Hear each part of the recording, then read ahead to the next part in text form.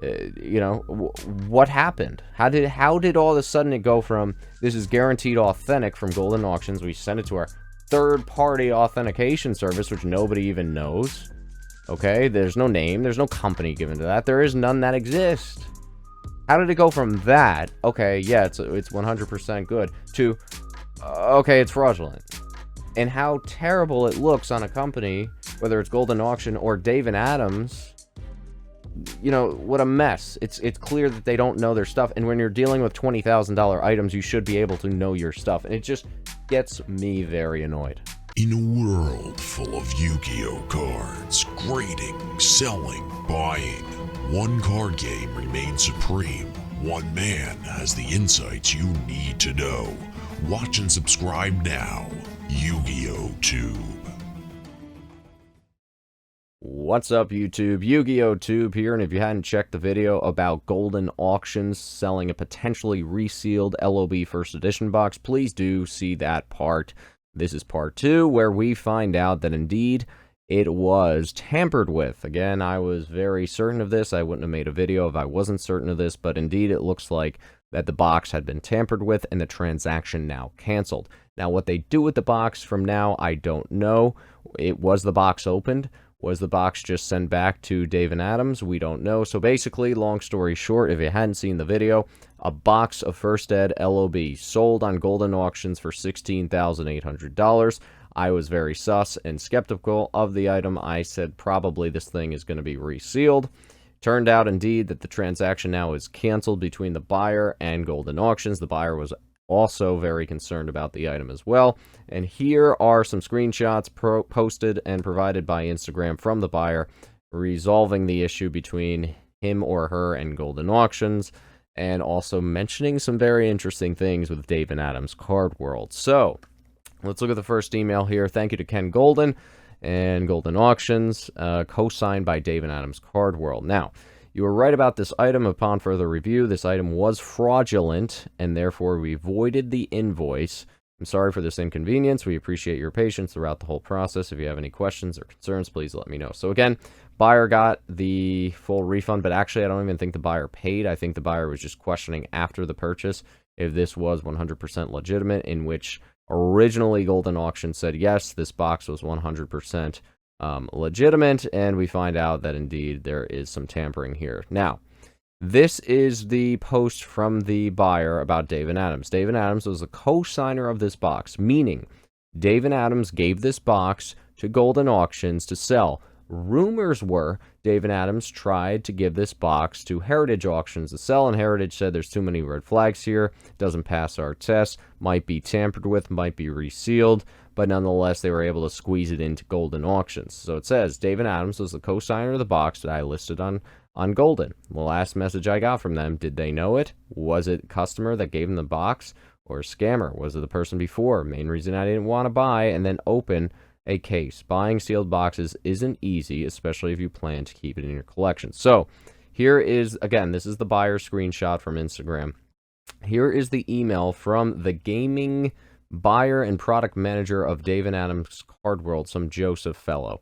Hi, we are actually not a distributor for Konami. We get our Yu-Gi-Oh products from the usual distributors like most stores, although this specific box came from a customer of ours who bought many first edition LOB boxes from us back in 2003 and 2004.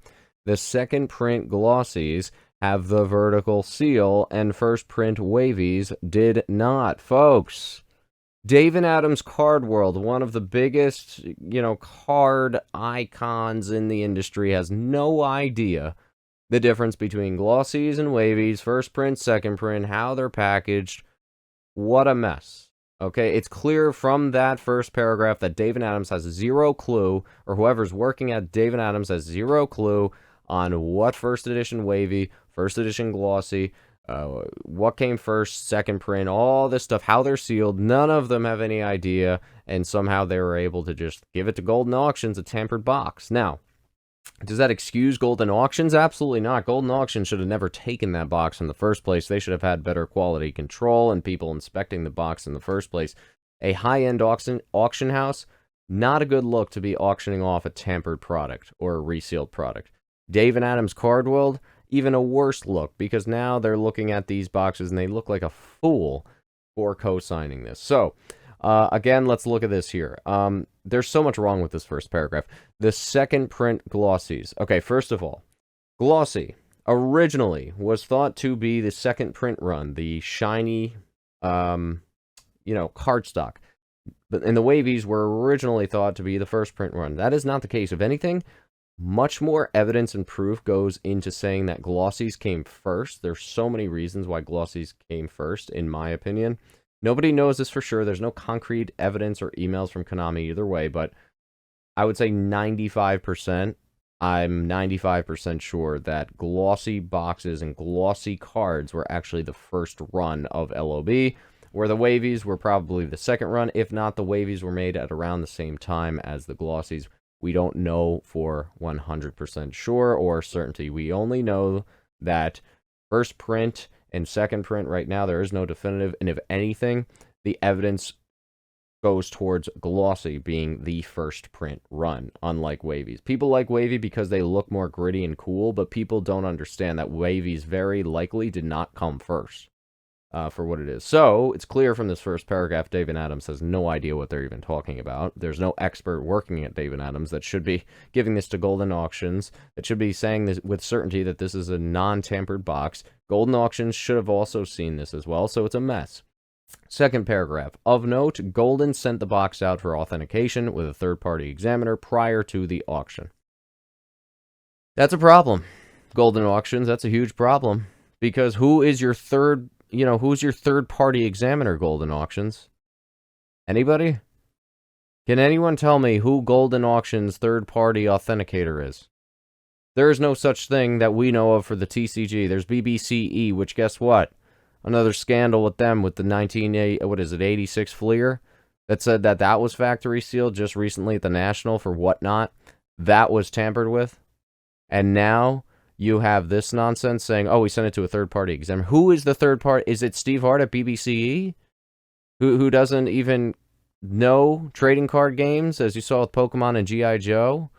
Who is this? I would love to know who this third-party examiner is, because obviously this person did not do a good job. To be able to have this with confidence that this is non-tampered with box. Ridiculous.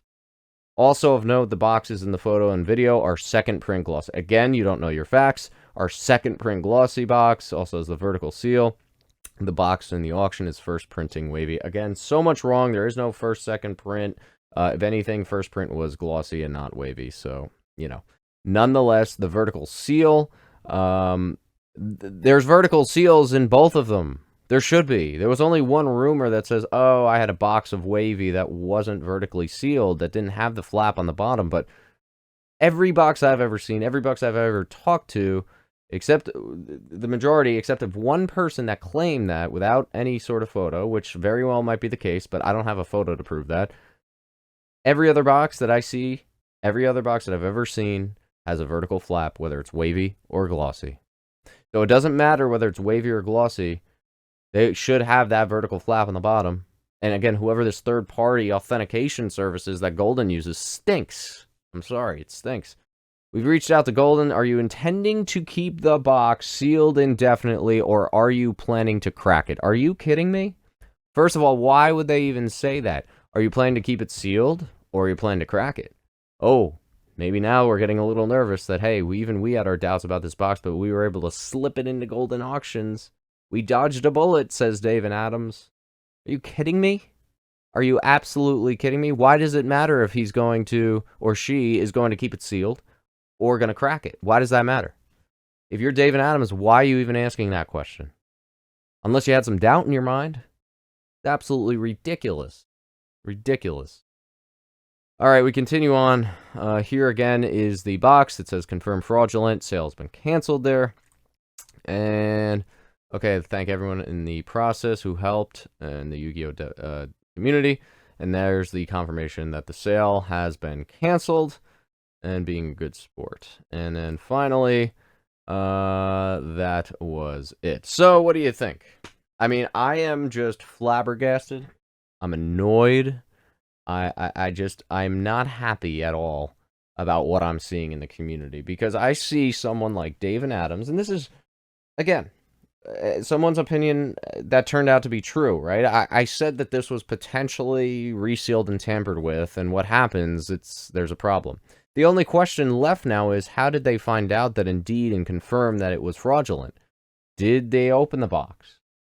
You know, what happened? How did all of a sudden it go from, this is guaranteed authentic from Goldin Auctions, we send it to our third-party authentication service, which nobody even knows, okay? There's no name, there's no company given to that, there is none that exist. How did it go from that, okay, yeah, it's 100% good, to, okay, it's fraudulent? And how terrible it looks on a company, whether it's Goldin Auction or David Adams. You know, what a mess. It's clear that they don't know their stuff, and when you're dealing with $20,000 items, you should be able to know your stuff, and it just gets me very annoyed. It gets me very annoyed. There was another email that came to the buyer that said something like, yeah, I understand you might be concerned, but if you do not pay for this item, you're going to be forever banned from Goldin Auctions. Are you kidding me? Like, this was before that they realized, okay, this is fraudulent. So you're going to say, okay, because the buyer had a question about the authenticity of the box, and you basically were like, nope, it's real, and you're going to get banned? And then it's like, oh, wait, hold on. A $20,000 item actually turned out to be tampered with. The buyer should be getting about a $3,000 credit on the website, because the buyer's the one that prevented a potential disaster. It already turned into a disaster, but it could have been even worse. And for all those people who work at these companies, I don't know what they're paying for in terms of authentication, because it's clear there's no authentication, and it's clear that David Adams had some suspicions about this box when they asked if they were opening it or keeping it sealed, and they tried it at Heritage, and they said no, and then they tried it to Goldin Auctions, and they squeezed through. So the only one that really wins in this entire scenario is Heritage Auctions, because they had the foresight to say there's too many red flags with this box. I mean, it's just absolutely ridiculous. Ridiculous. It's absolutely ridiculous. What do you guys think until next time, YugiohTube? Signing out, I'm happy at least that the buyer did not have to pay for this junk. I'm curious to see how they confirm that it was fraudulent. Did someone open it? Or was the red panic button pressed? I don't know. I wish I could find that out, but until next time, maybe you'll see a third part to this. YugiohTube signing out.